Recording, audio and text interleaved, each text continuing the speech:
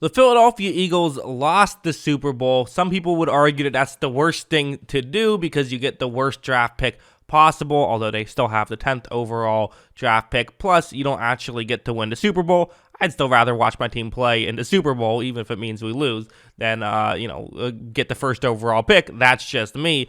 But where do you go from here? Teams that lose in the Super Bowl don't, sometimes have a tough history. Cincinnati made it back to the conference championship. Doesn't always work out that way. But in this situation, what can the Eagles do to get back to a Super Bowl and win it?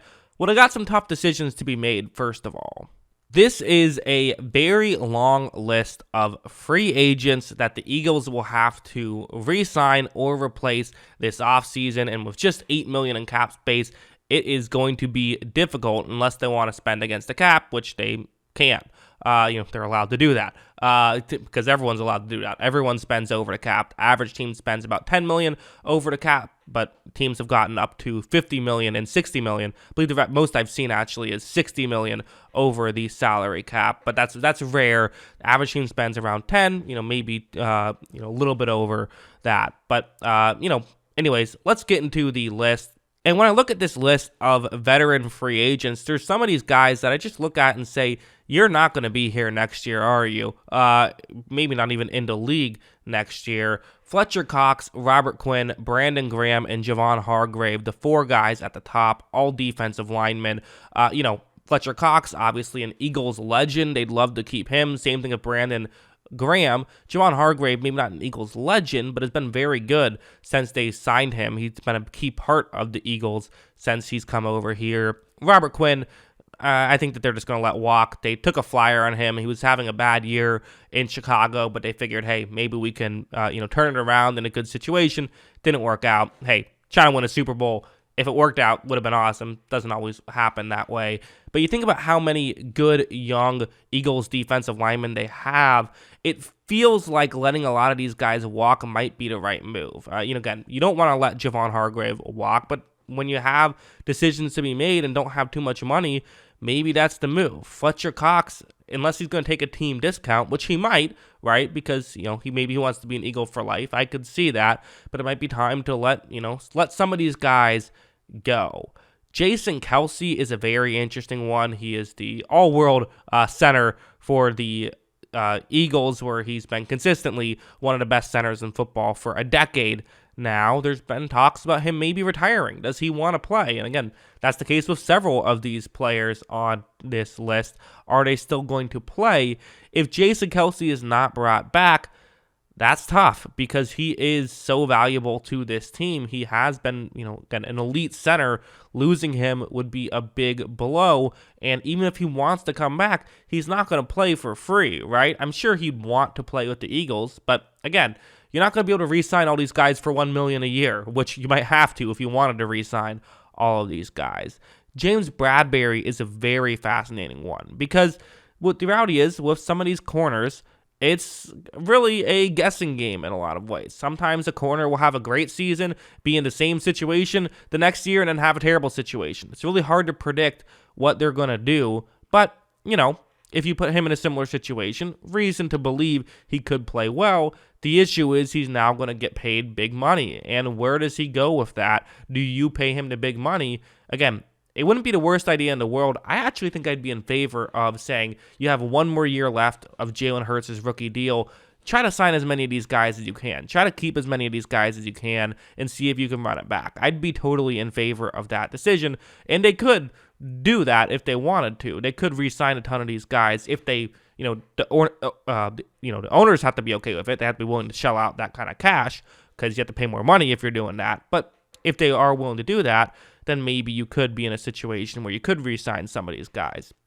I just would not feel comfortable letting James Bradberry walk. But again, can you feel good about him, returning to form and being as good the next year as he was this year? No, but you can say that with every corner. I'd take my chances with him.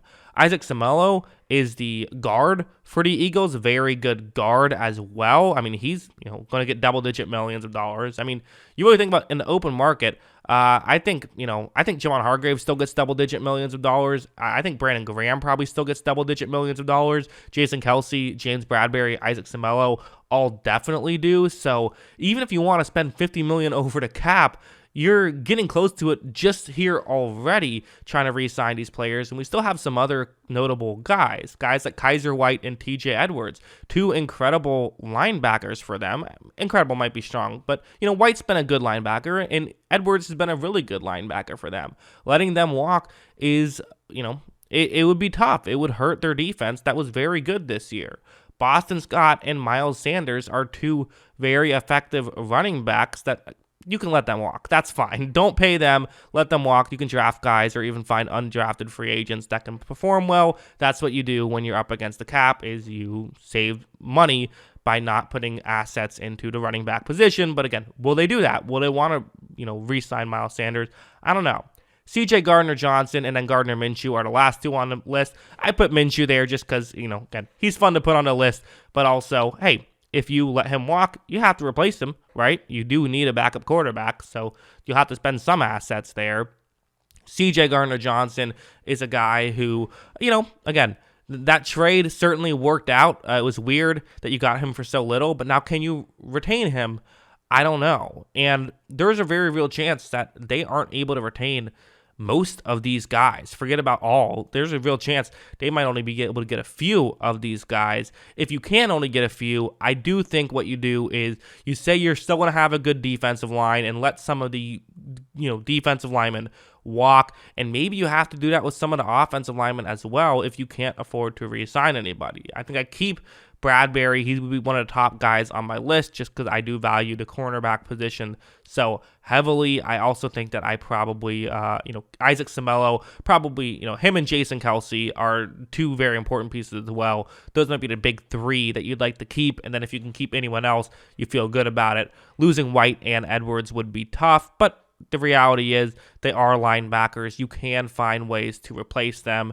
And the one thing I haven't talked about too much is, while this feels very negative, in a way it is, but I don't think it's a devastating situation for the Eagles for a couple of reasons. For one, as I mentioned, they have an extra first-round pick, and that helps. Having the 10th overall pick should really help them, I think, as, again, if you now need to get a interior defensive lineman or get a guard or get a center, well, now you have the opportunity to do that if the player is there 10th overall, whereas picking 31st overall, you don't quite get the same caliber of player. But again, you could still get a starter there, which would help. So that helps.